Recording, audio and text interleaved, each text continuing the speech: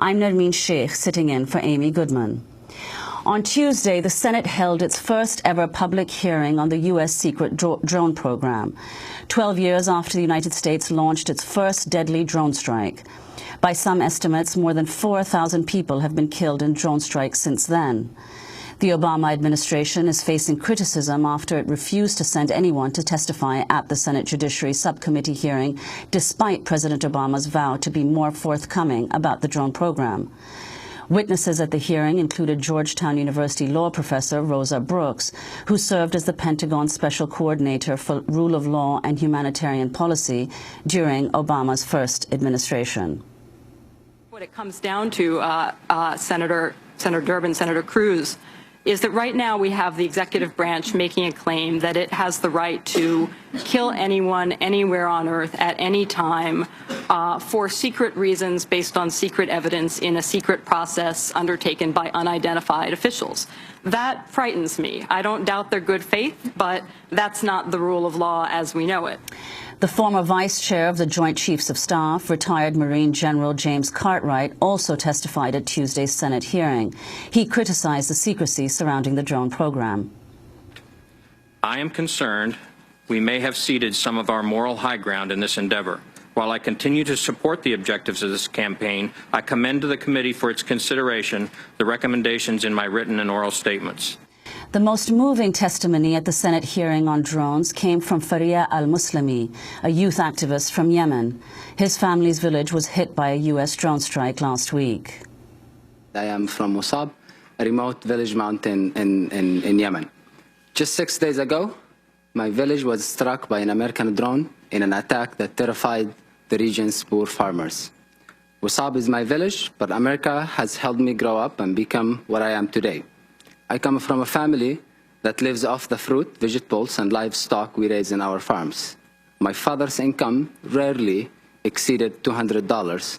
He learned to read late in his life, and my mother never did. My life, however, has been different. I am who I am today because the U.S. State Department supported my education. I spent a year living with an American family and attended an American high school. That was one of the best years of my life. I learned about American culture, managed the school basketball team, and participated in a trick or treat in Halloween. But the most exceptional experience was coming to know someone who ended up being like a father to me. He was a member of the U.S. Air Force. Most of my year was spent with him and his family. He came to the mosque with me, and I went to church with him, and he became my best friend in America. I went to the U.S. as an ambassador for Yemen, and I came back to Yemen as an ambassador of the U.S. I could never have imagined that the same hand that changed my life and took it from miserable to promising one would also drone my village.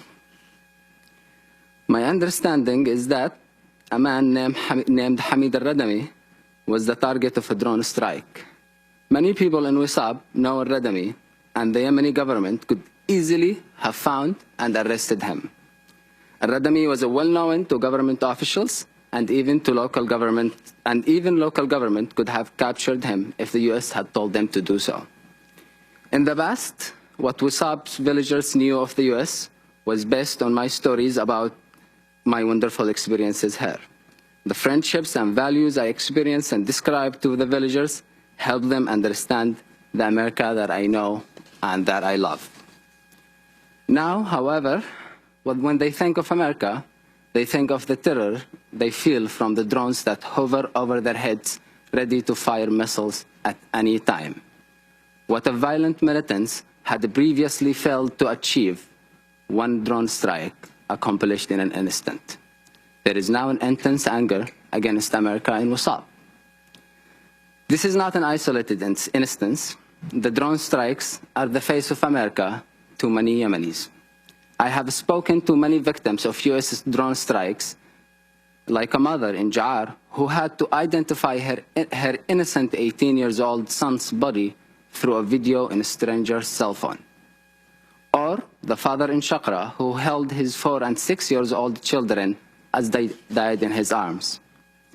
Recently in Aden, I spoke with one of the tribal leaders present in 2009 at the place where the U.S. cruise missiles targeted the village of Al-Ma'jala in Lawdar, Abyan.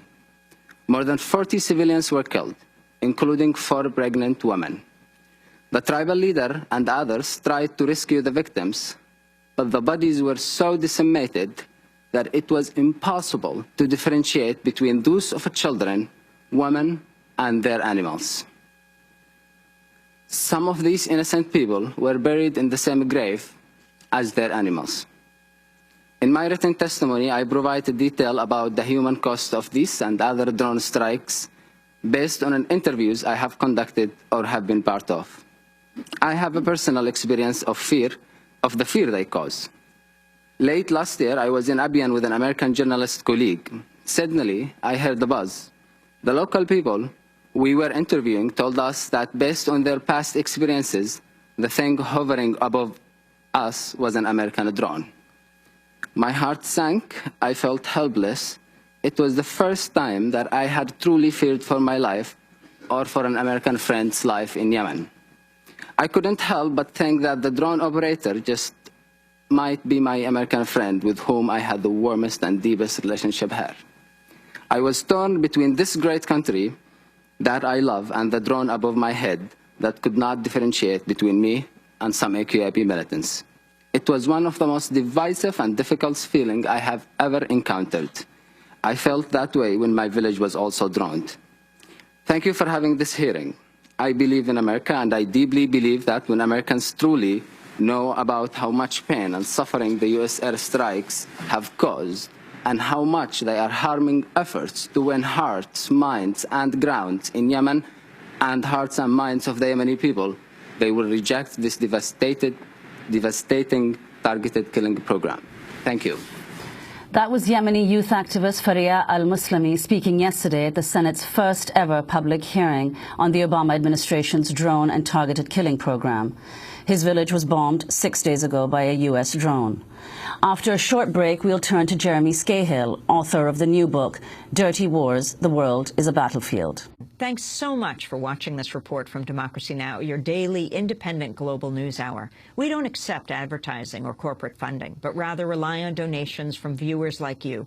Please make your contribution by visiting democracynow.org. We need your support today to keep bringing you this hard-hitting, in-depth reporting.